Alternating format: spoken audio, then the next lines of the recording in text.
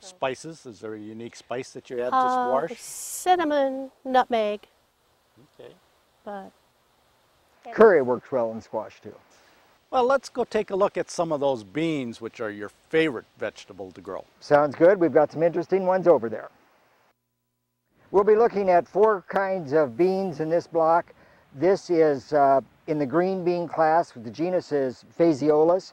It's a green bean, has a taste somewhat like the Blue Lake, so it's good as a green bean.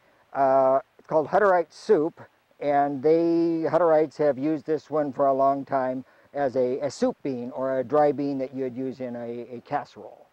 About a foot high, a little bit of a vining habit in it, but not enough that we need to trellis it. And what kind of a yield would you expect to receive from, looks like about a 50-foot row? Baker Creek gives me a target to shoot for so that they have enough that they can get it in the catalog, and they have to know this, you know, like October already. So we're kind of hoping that this one will produce between 20 and 30 pounds of seed. The bigger the yield is, the better our opportunity is to use those during the winter. These next 2 are not commonly grown in Minnesota, but I think it's something we need to take a good look at. The first one is Crowder, and that's in the genus Vigna. This is Gray Palipay, which has a historical link to Botswana. Both the Crowders and the Garbanzos will produce high yields with a lot less moisture. So if the climate models are indicating a change towards a drier circumstance, this is going to be a good one to have in the bank for future generations. We like the dried black-eyed peas, the Crowders, in many dishes more than the regular dry bean. We find them quite good. There again, you have an infinite amount of color and variety and diversity in them. Judy, do you notice a difference in cooking this particular bean versus the standard black eyes? Or I think it takes a little bit longer to cook. I've noticed that. But the flavor is very good, good strong flavor. And again, this bean gets a little taller?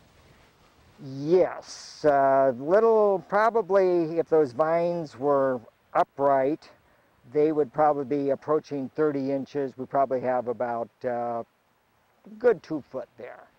And they will keep producing even after they set the mature bean. And on the Crowders, it's very predictable how many seeds are going to be in a pod. And now, why is that? I have no idea. It's part of the genetic code. But we were counting them last year, and it was 18 seeds, and it was 18 seeds, and it was 18 seeds in every pod. So one of our concerns with this particular variety is if we got a long enough growing season? Yes. We had a late spring, so things went in late.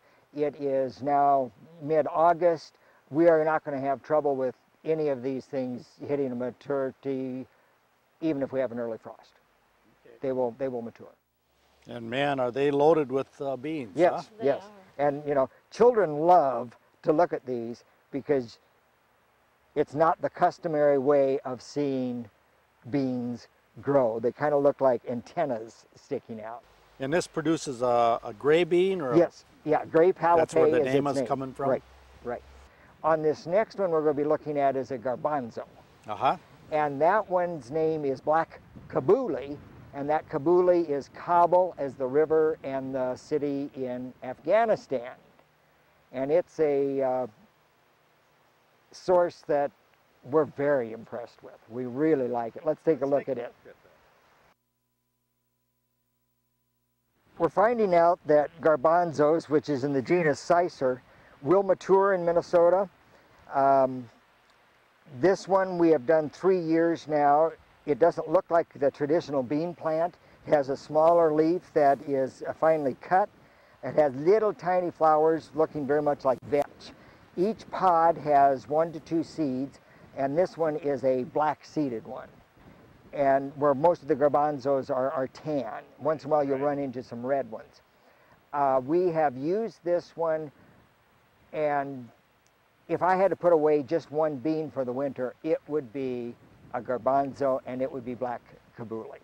Does well in dry weather. Next year we're going to test one with no irrigation at all, and I think it will still produce. Well, if it comes from Afghanistan, I would suspect that that's a very dry climate. Right, and we can transfer some of those pluses that are in that genetic code when we're thinking about feeding our own people on another part of the world. Well, it does look like a vetch. Yes. Obviously comes from that plant, but only 2 seeds. That's a shelling nightmare. Yeah, they don't shell anywhere as well as the others. We pull up the whole plant, strip them, and then, you know, we do things like Stomp on them. stomp on them when they're in a burlap sack, or rub them between our hands and harvest it that way. So pretty time consuming, but Exactly. Is there any other unique cultural requirements for this particular plant?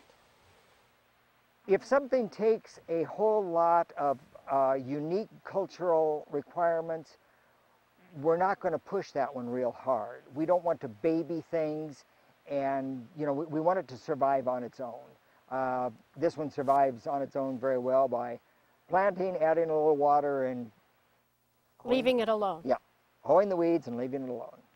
Let nature do its thing. And does this one continuously produce pods also like the previous varieties? No, it will reach a maturation point where the plant will stop growing.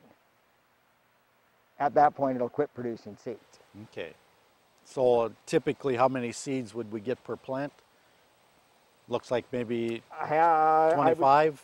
Oh, no, more than that. I'll bet from each individual plant you would get a half a cup to a cup. Well, Dave, what other varieties do we have to look at here today? I have in the next block